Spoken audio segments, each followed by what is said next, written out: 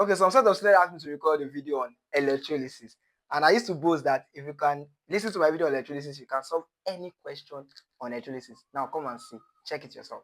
So electrolysis, there are laws of electrolysis. The first law, the Faraday first law of electrolysis, the Faraday second law of electrolysis. Okay.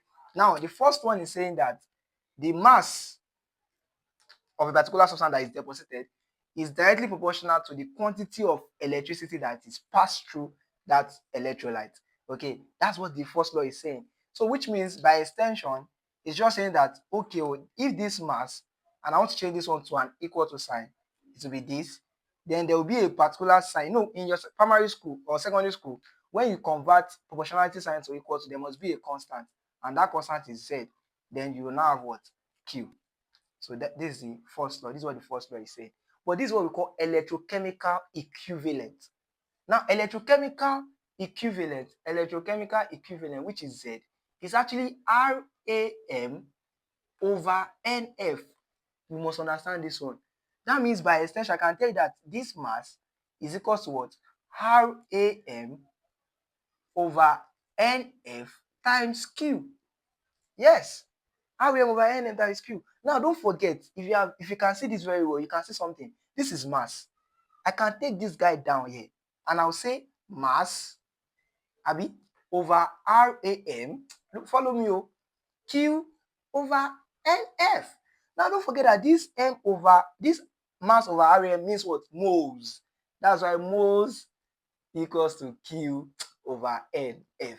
You know that in chemistry, if you can know what mole is, you can know anything. You can calculate the volume, you can calculate the number of particles, you can calculate anything. So that's why I said when you listen to my video on electrolysis, you can solve any question on electrolysis, and I'm very confident about that. That means you don't need all these things, it's just by the way, just formality. If you just know this one, you are good to go, because you can always find your way around it. You are good to go. So that means this is equation 1. No, this is even equation 1. But just know that Z is what? RAM, that is relative atomic mass, over NF. I will tell you what all this means. Let's say I have Ca2 plus. The N in this case is what? 2. It is the number of charge here. That's N. Then F is the Faraday constant, 96500 coulomb. Abi? They will give you in the option. So just in the question, just know this. This is the first law. And also you have to note that they can give you a graph where they plot M to Q. Now don't forget that the relationship between them is that the mass is directly proportional to what? To Q. That means if they give me a graph that states mass to Q, that means this is a question in Jamb. That means the axis will be like this. It will be a straight line because it's directly proportional. As this increase, this also increase. That's the meaning. This increase, this increase, this increase, this increase. So please note this graph. It's a question in Jamb. So this is the first equation that you need to know. Okay. Now let's say that's the first based on first law. Abi, take note of this. Very, very important. Now, what does second law state? What does second law state? Now, the second law is very easy to, but people don't know the concept. So I told you equation 1, M equals to ZQ. Abi, that's what you need. Another formula that you need is on second law now. What does second law state? Second law state that when we have different electrolytes, like we can have 1, 2, 3 electrolytes, right? And the same quantity of electricity is passed through this electrolyte. The relative atomic mass of each of these electrolytes is inversely proportional to the number of moles of charge on those electrolytes. Now, that is big grammar. We don't need it. Let me give you what you need. Now, if you need the big grammar, if it's WAEC, you need those big grammar. But for Jamb, you don't need those big grammar. This is what you need. This is the formula. Now, I told you that we have different electrolytes. Now, what it's saying is that M, the mass, you understand, is actually directly proportional to what we call chemical, let me write it because some of you might not have heard it, chemical equivalent. Okay? Chemical equivalent. Now, this is C. Is there from this one? This one is electrochemical equivalent. Electrochemical equivalent. That's, I will tell you, will see something about it now. Now, what this means is that M is equal to a constant, Abi. Then this is C. I'll be using C as the chemical equivalent. That means M over C is equals to a constant. Now, because don't forget, okay, let me use CE so that it will make sense, because you must know this one. This is where my shakara is. You must know this one. Now, that means M1 over chemical equivalent 1 will be equals to what? M2 over chemical equivalent 2. This is the second formula you need. Now, where is the question? The question is, what does chemical equivalent mean? Chemical equivalent means RAM over N. Please, there's no F in chemical equivalent. It is RAM, relative atomic mass, over N. Chemistry is very easy. Chemistry is simple. Chemical equivalent is RAM over N. Electrochemical equivalent means RAM over NF. Maybe because it is electro, that's why they are putting F, because that's Faraday law. Abi now, and electricity. Abi now, it makes sense. So this is what you need. This is the second formula you need. So you see question like, okay, copper and aluminium. That's why you'll be seeing two electrolytes. That's copper and aluminium. Abi, you now be seeing, okay, what is the mass of copper that is deposited when this particular quantity of electricity is passed? And also, don't forget, I said when the same quantity of electricity is passed. Okay, that means if the same quantity of electricity is passed, that means Faraday of this one will cancel Faraday of this one. Maybe that's why they even remove the Faraday. You get, chemistry is simple.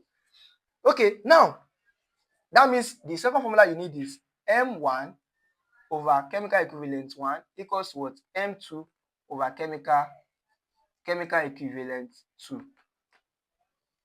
Now, there's one last one, and that's why they asked you to calculate the cost. This one, Jamb used to ask it, but I know this one in my secondary school. So Jamb used to ask it, but take note. Now, let's go. You already understand this concept. Now, look at it. When they now ask you for cost, okay, what is the cost of this particular quantity?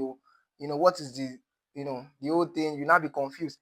Now, don't forget that this thing that I just wrote here is actually easy.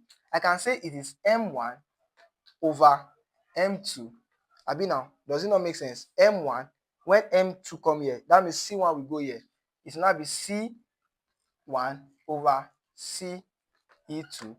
Then multiply by cost of 1 over cost of 2. So that's the way you can calculate the cost of electricity that is used here or here. So if you know these three formula, I used to say it, you can solve any question on electrolysis. What does Z mean? I told you Z means what? RAM over NF, where F, this N here is the number of charge. If it is Al3 plus, that means N is 3. Then I told you that chemical equivalent is what? RAM over N. These are the things you need to solve any, quote me anywhere. 1, 2, 3. And you know that what this means? If you cannot solve any question on electrolysis, send me a message. I will send you money. Because I'm so confident that if you know this and you know the application of these three formulas, you can solve any question. I repeat, any question on electrolysis. You understand? In your Jamb question, in your Jamb exam. So I hope this helps. So now let me give you a question. Drop your answer in this comment section. So don't also forget, yes, that Q itself is what? IT. Yes, don't forget that Q is IT. So I can tell you that M equals to Z, is ZQ, Abi. I can say ZIT. Abi now? Okay, so now calculate, give me the answer to this. Calculate the mass. If the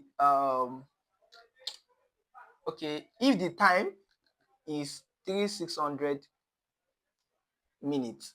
Okay, don't let me disturb you. Seconds. But I want to tell you that the time must always be in seconds. Okay, the time must always be in seconds. The current is, let's say, is 2 ampere. Okay, the current is 2 ampere, right? And let's say the particular element we are talking about here is copper. Don't forget, what is the relative atomic mass of copper? Go and find out. I want you to task yourself.